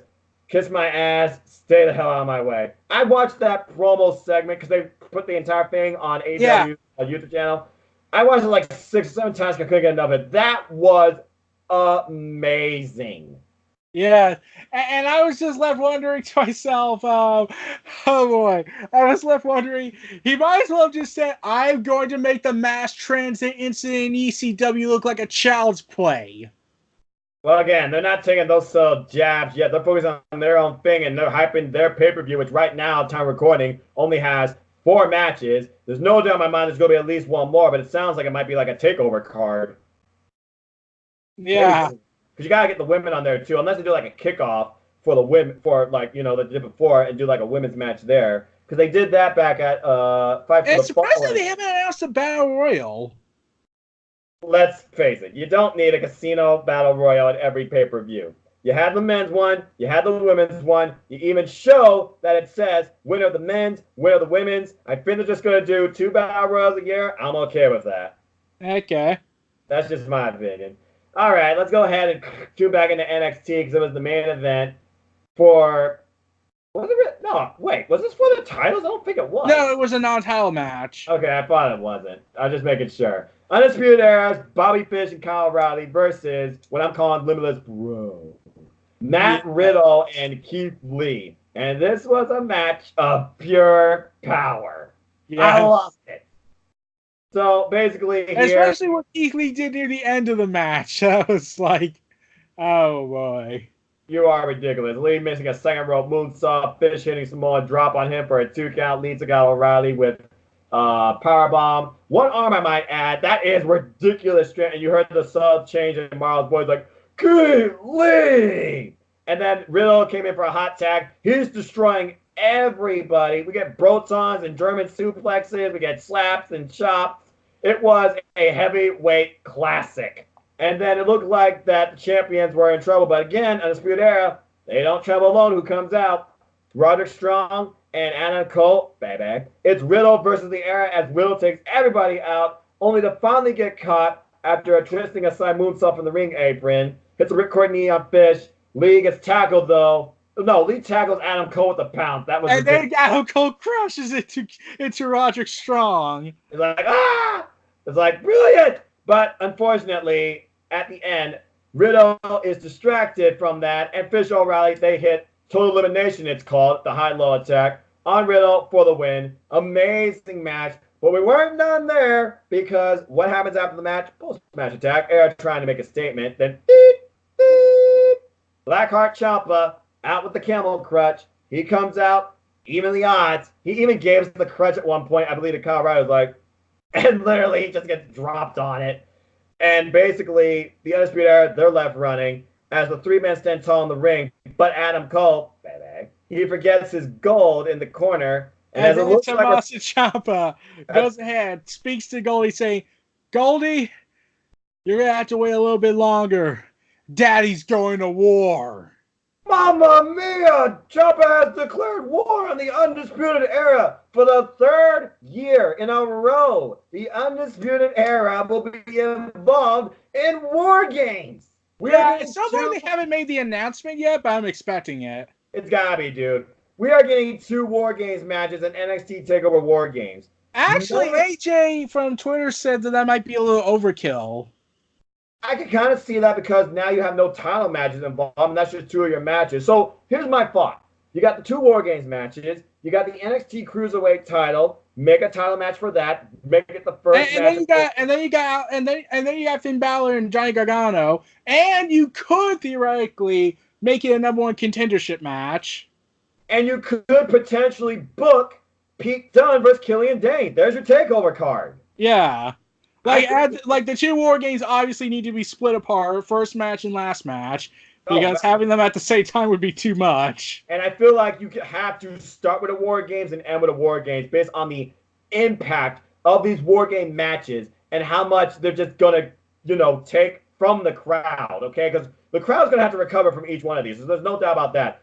And you saw the solo treat from Candice LeRae with the bloody face as she got super kicked with a tech boot by the Young Bucks back at, I think, PWG. We're getting Candice fucking hardcore wrestling back, folks. All hell's about to break loose. Yes. Even though the teams have not been announced, there's no doubt in my mind you're going to have Candice LeRae. And even Rhea Ripley has shown she has huge respect for Tegan Nox based on her perseverance and just going after. And what happened on Friday night. As we're going to get into after we finish. But I do wonder, will both War Game matches have hardcore weapons involved? I know one of them will, but what if both did? I think one will just be pure wrestling and the other will be filled with weaponry. Well, considering the fact that we know that Io Shirai is not shy of using a kendo stick, that's the #1 weapon I could see brought into this match. And then again, Candice Hardcore Wrestling doesn't have a weapon of her own. She is a walking weapon because she'll take any damn thing. But then I remember the Undisputed Era brung in established spray-painted steel chairs. Yes, I remember that. I hope they do that again. That was brilliant. Yeah, but I don't see heavy weapon involvement in both matches, but I can see at least Tax and the kendo stick involved in the women because of Candice LeRae and Io Shirai. Yeah. But again, the women, they're just going to beat the dance of each other, and Io Shirai is going to jump off that cage. No doubt in my mind. Yeah, she's going to try and top Ricochet. Yeah, after he did the 630 on everybody. Bottom line is this, War Games is going to kill it. Follow that, my friends. And I cannot wait for this. Well, technically, they'll be following AEW. Yeah, and the teams to be announced. Because again, AEW Full Gear is the last preview of the year because AEW's next thing is a Homecoming. on January 1st, not December 31st. Yeah. Anyway, let's go ahead and go back to AEW because we did have one more match there, which was really the match that was basically telling the night. As in the very beginning, Excalibur and JR, they explained the card. This was our main event. Of course, ref by Aubrey Edwards, who they put over as the best ref in AEW. And I gotta admit, she does a damn good job. The AEW World Tag Team Tournament Finals between the Lucha Brothers and Kazarian and Scorpio Sky representing SCU. And I like how Justin Roberts said this battle set for one fall. And by the way, they're already in the ring. We come back from commercial. But they don't talk about with TV time remaining. It's like they have to crown a winner here. This can't just go to a draw. And basically, we get Private Party watching from ringside and the Dark Order watching from the back, assembling the human throne, of course, for, I think his name's Evil Uno, yeah. And things just go off quickly. I mean, literally all four HR spaces are ever trying to be like, no, we need one-on-one. Pentagon hits on ridiculous backstabber on Scorpio Sky, and then we get a driver from Kazarian. The Lucha Brothers flying all over the place, controlling a portion of this match. Aubrey's trying to get freaking match in order here. I'm surprised that Pentagon didn't toss the glove to Aubrey. He just put it like inside his knee pad. Maybe that's the thing he does from now on. I don't know. Or maybe it's because he knows Aubrey would kick his ass. Yeah, Aubrey. Especially what happened at the end of the match. Oh, yeah, I saw that face off. But yeah, we get guillotine leg drops. We get a driver at one point. I believe it was Kazarian through the ringside table by Pentagon. So it became a 2-on-1 assault for a lot of the going. At one point, Lucha Brothers, they're using dirty tactics, including gouging the eyes of, I believe, Kazarian. A lot of this I'm doing from memory, folks, because it's been a lot of freaking phenomenal wrestling this week. Lucha Brothers, they cut the ring in half, of course. Vince's at one point, Phoenix is freaking unbelievable. He freaking bounces between the middle rope, top rope. He kicks off SCU from the apron, and then he pulls off a freaking arm drag on the other guy from the ring rope. I'm like, what the hell? Anyway, I want to see Phoenix versus Pac now. We need that match. We need that match. Later on in that match, we get a cutter. Pentagon is power bombing Kazarian. You think this is it? Nope, not really it. Down the stretch, though, both men are jogging for position. We get Super Kids, package, pile driver, stomp combo. Scorpion Sky, though, somehow, some way, out of nowhere, the most effective, dangerous move in wrestling, it seems nowadays, at least according to one company. A roll-up, and SCU wins and becomes the inaugural AEW World Tag Team Champions. I couldn't freaking believe it. Yeah, I had a feeling they were going to win it. I was honestly thinking Pentagon Jr. and Phoenix were going to win, but I also had, after what happened with Christopher Daniels, they were going to give the title to SCU. I mean, it is an interesting twist considering you're not used to this tag team tandem of Scorpio Sky and Kazarian, okay? I mean, so... Yeah, and plus you always, when you see SCU, you're always like, oh, they're going to probably be a trios champ. I mean, they need Laredo Kid for that, but I'm just saying. Anyway, so that concludes AEW Dynamite. They literally went. But yeah, I did love where Pentagon Jr. was like yelling at Aubrey, and she was like, "Do the finger poke. That's the most dangerous thing. The finger poke. Jericho suffered it, and now Pentagon suffered it. Don't you mess with Aubrey Edwards." Again, and I was thinking like Jericho was. I was wondering if Jericho was ever going to tell Aubrey, "Oh, what are you going to do? You're going to point your finger at me and say, "Yo, I'm going to get it." Oh man, if she does that after he says it, she's got to be the ref for freaking Cody versus Jericho. I don't see Earl Hebner being the referee. I don't see Paul Turner being the referee. It's got to be Aubrey Edwards. It's got to be. There's no doubt in my mind. However, the Wednesday Night War didn't technically end on Wednesday. You see, following controversy that involves a prince and Vince McMahon arguing over money, allegedly, not confirmed, so take it with a grain of salt, WWE was like, oh god, we're in a crisis situation. We need to get something for SmackDown or Fox is going to be pissed at us again. Okay, Vince, I know you're in Saudi Arabia, so basically we're going to have to go ahead and stab you in the back. Make the call, Triple H. NXT invades Friday Night SmackDown on Fox and gives me one of the best SmackDowns I have seen all year outside the opener. Yes, we get Brock leaving the building, but who's looking on? Triple H and Shawn Michaels sporting the NXT hat. I seriously need to buy that. And then we get the subtleties of them being there. You know, because of what month we're in and the fact it was announced that this year's Survivor Series is Raw versus SmackDown versus NXT. They had to set this up somehow. It's invasion, folks.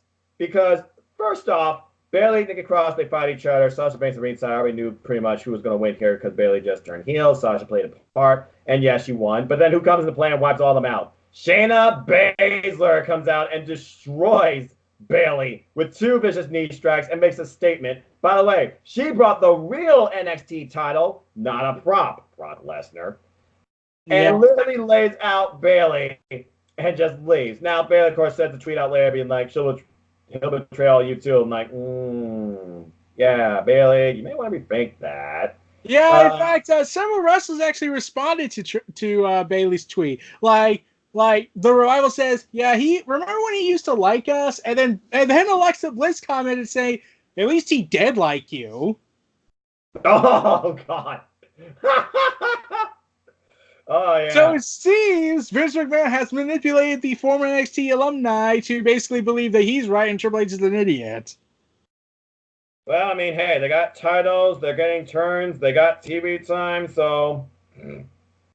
Oh, by the way, according to what I read, it actually killed the ratings too for SmackDown in a positive direction. But let's continue why. Because following this, we go backstage and we find Sami Zayn. He's getting interviewed because, again, he wasn't stuck over in Punch the Doctor. And basically, he's getting interviewed, but who comes into the TV frame? Bro. Oh, Baz, goodness, glory. Keith Lee and Matt Riddle. And I joke saying, like, oh, so now we know why Brock Lesnar left the building. Yeah, and basically, he's like, guys, I know you. I watch you. I'm NXT too. I'm even wearing the shirt. And I even run away like I'm Wile E. Coyote. Because he's like, I forgot the shirt in the car. Hold on, I'll go get it. No, you don't need to follow me. I'll go get it. And then they chase him, and he literally runs onto the arena, and Matt Riddle and Keith Lee follow him, like, uh-oh. And he literally eats a knee from Matt Riddle and broke Derek, and then we see a man the size of Keith Lee pull off a freaking moonsault! Off the top! What the hell? And I was loving the mainstream fans screaming, NXT! NXT! NXT! NXT! And literally following this, the hits kept coming and coming and coming. Because following this match, we get, welcome to the must-see... Let me try that again. Welcome to the most must-see WWE talk show in history. Welcome to... Miz TV. And sure enough, originally he was supposed to be interviewing Bray Wyatt. That would have been a disaster. I wonder if that would have been the debut of Bray Rogers, but oh well. Yeah, anyway. And also, Matt Riddle tweeted this out. This should have been Brock. Maybe next time, bro. And then I wrote, and this got a lot of likes, the Beast fears the bro. Matt Riddle should have liked that before anybody else, I'm just saying. But sadly, he didn't. Well, bro. I like it. Anyway, following this, Miz, he basically talked about himself, but then he talked about this presence of NXT. Out comes Tommaso Ciampa. And these two have a war of words on realistic and reality. Where, you know what? You're a man of storytelling. You talk about what Ciampa and Miz were joking about each other about. I am the greatest sports entertainer of all time. And I go ahead and at least broke my freaking neck. Basically, Miz told Ciampa if he was on SmackDown to make a statement, make a damn statement. After both of them called each other out on being wrestlers and sports entertainers, and Ciampa even saying, Miz, you're everything wrong with WWE. Yes. As if Miz has not heard that before. And even said that. I've been told that my whole life. Blah, blah, blah, blah, blah. And then we get soft style. Because we immediately get, on the same night, Following commercial break, Miz versus Ciampa. And guess who wins? After a fairy tale ending. I'm surprised though that this match go as long as they did, though. It only went for less than 8 minutes. It felt a lot longer than that to me, but anyway, following this, the two faced each other. Miz got all his moves in, including but not limited to the figure 4, the DDT. At one point, I thought Ciampa was grasping his knee. I was like, oh no, please be okay. And then I'm like on the net breaker, please watch your neck. But in the end, Ciampa won. I'm happy. Knee strike, he even did it. Hey! And he literally got him with the fairy tale ending. NXT 2, WWE SmackDown 0. And then Fire and Desire, the tag team that's supposed to be, for some reason, supposed to do a lesbian storyline, I think, but then they scrapped it because they realized that was going to be offensive. Oh, God.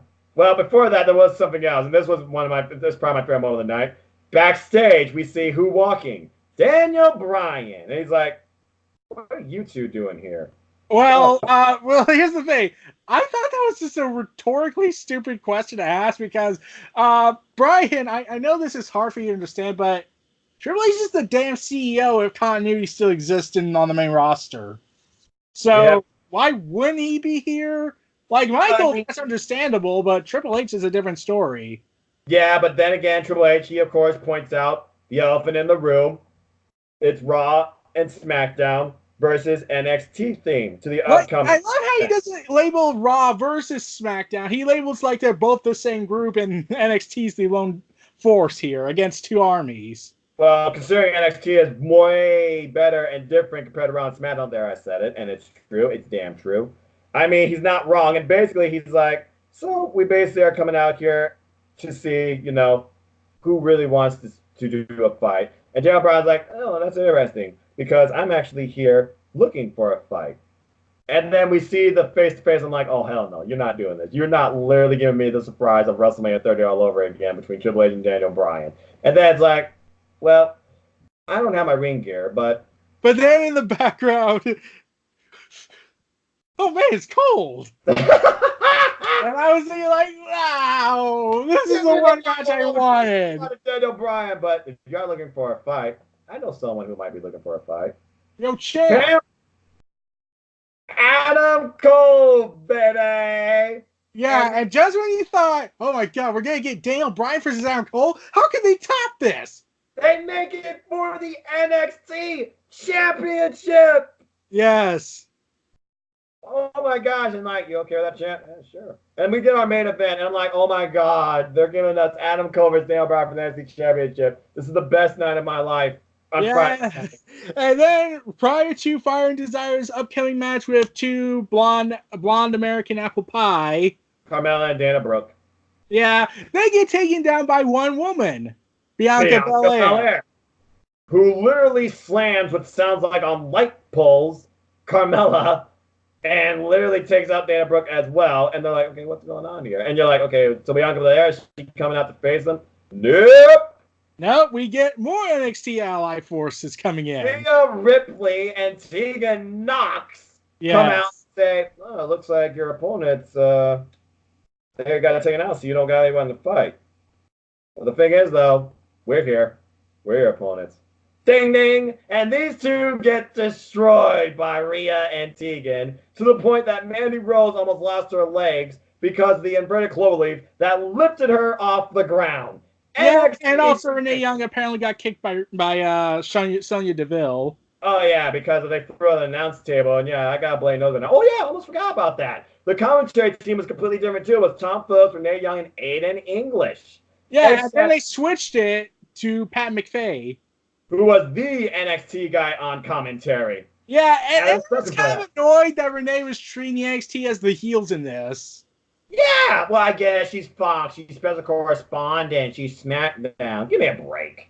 Anyway, apparently... Hey, weren't you commentary in NXT once upon a time? What's with this traitor act? Because, you know, she's main roster now. She was on Raw. She's on SmackDown, you know. And she's a host of... My husband is currently somewhere else, and we can't bring that up ever again. Yeah, there's that. But anyway... Yeah, it looks like one of the heel boots of, I think it was Sonya Deville, hit Renee Young directly in the nose. Yeah. Ouch. I got to play nose now. Renee Young showing a bit of heel. she was actually really good tonight on commentary. She Well, did Vince wasn't there, so basically that made sense. Yeah, that's true. And then literally we had our main event. I was like, oh my gosh, you literally are doing this. Oh wait, I almost forgot. Triple H, Shawn Michaels, they're coming out to ringside. Yeah, but then I noticed something when this match was about to start. I looked at What? the time and it said, "Wait, it's only 9:36. 20 minutes! We're getting 20 minutes, everyone!" It would have been 25 minutes, but Stephanie McMahon had to come out and acknowledge what the women did in controversy. Yes, because I am the pioneer of nothing. I'm like, But we did. It's not like we canceled 2 big women match shows that we were supposed to do because Vince is a petty bastard. yeah, And Evolution. Natalia Lacey, congratulations, thank you. I hope that's nothing but hope. Moving on, back to the show, because that's all she was there. And I was like, oh my gosh, we got 20 plus minutes of this. Yes, this was the main event. We got Daniel Bryan and Adam Cole. I heard the Adam Cole baby, the boom, and the Adam Cole music, and the shot assistant pyrotechnic, and not pyrotechnic, but the intro that was freaking awesome. Yes. NXT Championship match was our main event of Friday Night SmackDown. And you wonder why Fox wanted NXT. Yes. These two put on a match to remember in one of the best main roster matches I have seen this year. Probably the best. My gosh, this was incredible. Both men jogging for position. There was mat-based wrestling. There was so points where Daniel Bryan was getting control over Adam Cole. Baby. And by the way, I was in full Adam Cole Undisputed Era gear, from the wristband to the dog tags to the shirt you see in the corner. Because Undisputed Era is my favorite thing in WWE. There, I said it. Anyway. And here's the thing. When commentary kept bringing up how this is the first time they ever fought, and I was like, I gotta check to see if this is confirmed. So I went ahead and did research, went on cagematch.net to see other matches of Daniel Bryan and Adam Cole. Yeah, they never had a match up until this point. And I was like, Ring of Honor, you are all idiots. Yes, you are. That is 2 former Ring of Honor champions. And Ring of Honor didn't capitalize on this, but boy, did Triple H and SmackDown did. Thank you, Triple H. You saved SmackDown. You saved my Friday. Anyway, these two put on a clinic. We had super kicks. We've had the freaking yes kicks. We've had at least 2 moments where Triple H was getting out of his chair. You thought he was going to get involved in this. And he's like, come on, Cole, get to the ropes when he was in like the LeBron. Yeah, I was honestly expecting Triple Dispute Era to get involved in this, since you saw Roderick Strong. Yeah, I was about to say, Roderick Strong came out alongside Adam Cole. I thought that was weird, but then he went back, so I was like, okay, what's this about? And I thought, I was like, oh, maybe he's going to be involved in 205 Live. He wasn't. Anyway, at one point there was a suicide dive. Triple H, Shawn, they got out of the way, though. I thought for sure that was going to hit Triple H, and then Triple H was going to get involved, because everybody told me, all the main roster defectors, because people have been turned off from WWE because of the main roster, they're like, it's going to be a DQ finish, it's not going to be clean. It was clean because those two put on a clinic. Bryan trying to hit the running knee strike. He misses. Adam Cole pulls out eventually. Panama Sunrise. And then bang! Last shot for the win. Retains the title in a classic 20-plus minute match. 1, 2, 3. NXT 5. SmackDown 0. Yes, and here's the thing I love most. Here's the thing I love most after the ending. Triple H cuts this passionate, fiery speech about how NXT is going to win this war, basically, like they already have. You want a war, you build an army. You want a war, you have a family. Realize this, SmackDown, Raw, we are not your kind. We are NXT. And Pat McAfee just standing in the back awkwardly, but tell me, yeah, his commentary is NXT too. Here's the thing. Everyone recognized that promo. It's like, wait, that promo sounds familiar. Oh my god, this is the day DX formed with X-Pac. 1998 after WrestleMania. Throwback, folks, throwback. But hey, NXT fires the first shot on a SmackDown that was absolutely unpredictable. Yeah, but here's the thing. Remember how Raw and SmackDown suffers from, despite all the inner storylines going on, they disregard all of that for brand loyalty? Yes. Well, NXT's like, we have brand loyalty, but we also care about consistency. So we have Ciampa staring at Goldie and Adam Cole throughout the entire promo. Yeah, I saw that subtly in the background. Because you know, Goldie wants Daddy. Daddy wants Goldie. Yeah, I was like, finally, continuity! It finally was achieved. Oh, by the way, Tegan Knox, I saw on the bump. She really spazzed out when she got to talk to her role model, Kane. That was really cute. And apparently, in their Halloween Battle Royale live show, Tegan Knox was dressed as Kane. See, they got the continuity, and then they have the humor and the realism. Okay, that's the beauty of NXT. You feel it, you love it, you embrace it. You are it. Yeah, and Ricochet then called out NXT and says, "I'll be waiting."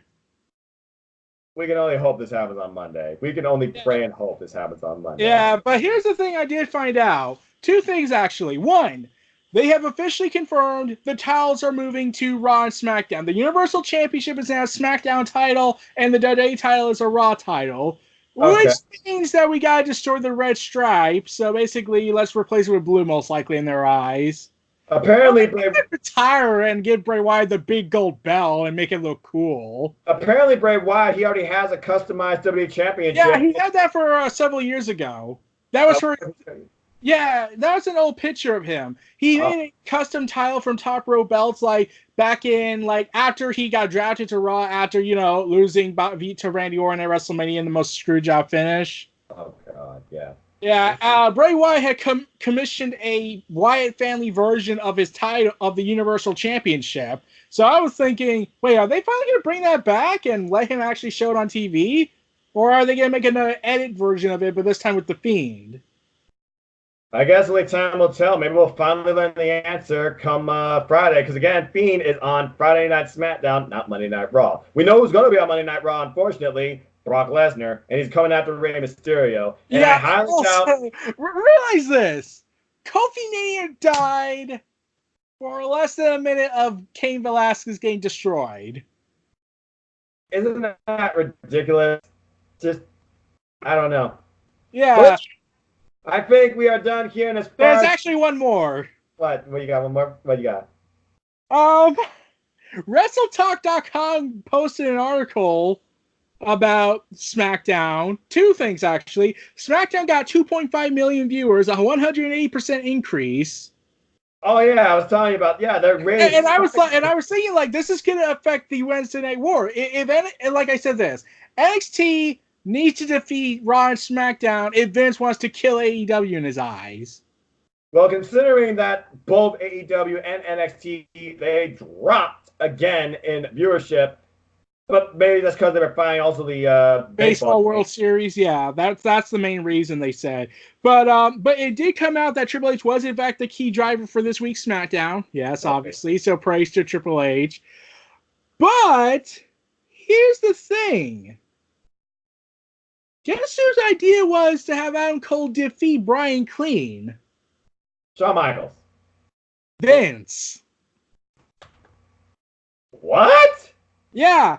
Dave Meltzer came out, talked and said Vince made the final call to have Adam Cole defeat Daniel Bryan. Why? How? Because I'm thinking he's starting to realize, I gotta kill AEW, but I need to put aside my ego. Okay, we'll have to risk it. You're telling me that somewhere in the deep recesses of Vince's mind, he's realizing that Triple H could actually help me. Pretty much. Wow. It's a fucking miracle. It took AEW existing for him to realize, okay, I'm going to need some help. And the bottom line here, despite the Moxley promo on the contract signing, in my opinion, NXT won this week, bar none. Yeah, like, it's hard to really say. Like, I liked AEW more, but I really liked that NXT pretty much took over the entire week. I mean, yeah, AEW's got, like, they got the 2 days, they got the internet, they got, the TV deal and stuff like that. But NXT, not only do they have, like, the little performance channel, not only do they have the little hub at Florida with NXT TV now, and they also got the replay on the network. But this week they took over SmackDown, and now they're going to have a whole build-up to 2 pay-per-view events.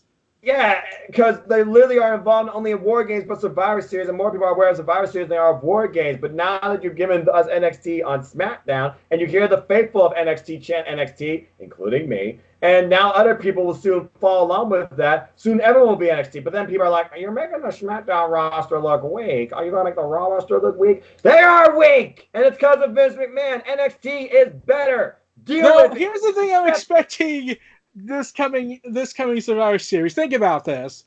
Adam Cole versus Brock Lesnar versus The Fiend. Oh, shit. Adam Cole's a dead man. God. We're going to need the NXT army to invade that match. They got to do something different.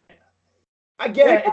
I would recommend they take out Brock Lesnar. Please, I don't want Brock Lesnar to win again. Can you please just give it to The Fiend or Adam Cole? Or how about this? Matt Riddle goes ahead and knocks him out with marijuana.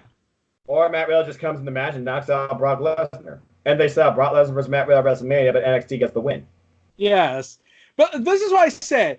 Everyone was worried about this. Everyone was worried that during this build-up, Vince McMahon's ego would basically do the invasion storyline all over again, make NXT look like a bunch of idiots, and have them be destroyed by Raw and SmackDown like he did last year, especially retconning how SmackDown's tag team pre-show win doesn't count. Yeah, 6-1!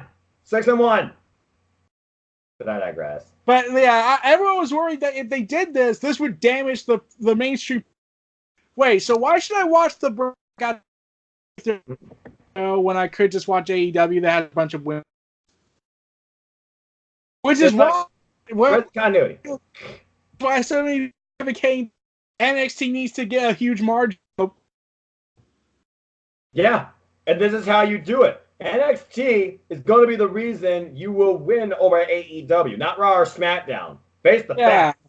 I'm like, I think Vince is starting to realize that he gave Adam Cole the victory over the WWE former champion. Yeah, but then again, I wonder if Vince McMahon was ever truly behind Daniel Bryan. Exactly. Remember, he tries to claim that WrestleMania was all part of the plan.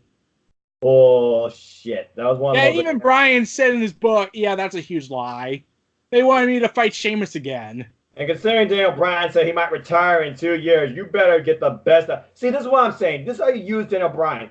Use him in the main event. Use him for his wrestling. Use him for his fucking talent, not some bullshit Vince Russo tag team BS whodunit storyline where you do impromptu bedfellows with Roman Reigns for 2 damn shows.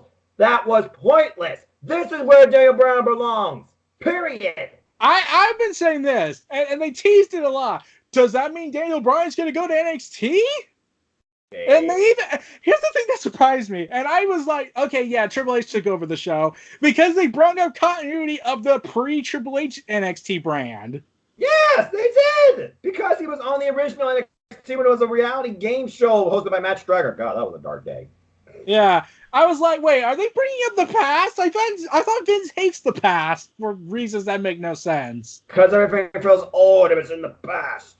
But I will say this. Because of what SmackDown did, I will tune in to Raw at least for the first 30 minutes, hoping it is run over by NXT. Yes. Oh, one last thing before we go. There is one piece of news I didn't mention. So remember when Sasha Banks revealed she broke down, cried when Ryan Satin accused her of the whole crying on the floor in the locker room? Yes. Yeah. WWE looked at that video segment they did and said, yeah, that's emotional. Fuck you, we're hiring him for WWE Backstage. Yeah, told Sasha Banks to go fuck herself and said, "Now we're gonna hire the guy who made you have a mental breakdown for WWE Backstage." Fox wanted him. Well, Fox is a convoluted network. There's no doubt about that. That's a backwards ass network, so nothing surprises me from them. But then again, they want NXT for FS1. NXT on Fox. There's your proof right there how good it is. Yeah, and I'm pretty sure Vince is going to be pressured now by Fox again, saying, yeah, remember how NXT kicked your SmackDown guys' ass? Yeah, can we get that again and have it be permanently, and SmackDown can move to Wednesday night and lose constantly to NXT AEW? How about you just move SmackDown to FS1? It did just so well last time. Yeah, they lost over 3 million viewers. And rightfully so. Bottom line, NXT is the reason to watch WWE. And if they don't, and if NXT really does get destroyed at Survivor Series, I don't think that's going to save their chances in the Wednesday Night War for a while. Bottom line, dude, if the NXT gets destroyed Survivor Series, I'm officially done watching Raw and SmackDown. You saw how close I was until I saw this SmackDown, even after that post you gave me. Yeah, yeah, and plus they have an underdog edge now because now you have to realize, wait, they have to work War Games and then work Survivor Series the next night? They're the underdogs in this fight. They literally are the underdogs. But hey, don't count out the underdog. WrestleMania 30 happened for a organic reason. NXT is about to do the same damn thing. Yep. So those were our Wednesday Night War Weekly Roundup. This was Noah Foster and Eric Brown. This was Neo Reality Entertainment. If you like, comment, subscribe, and donate to for more. Noah, have anything else to say? We are NXT! Baby! And that is undisputed.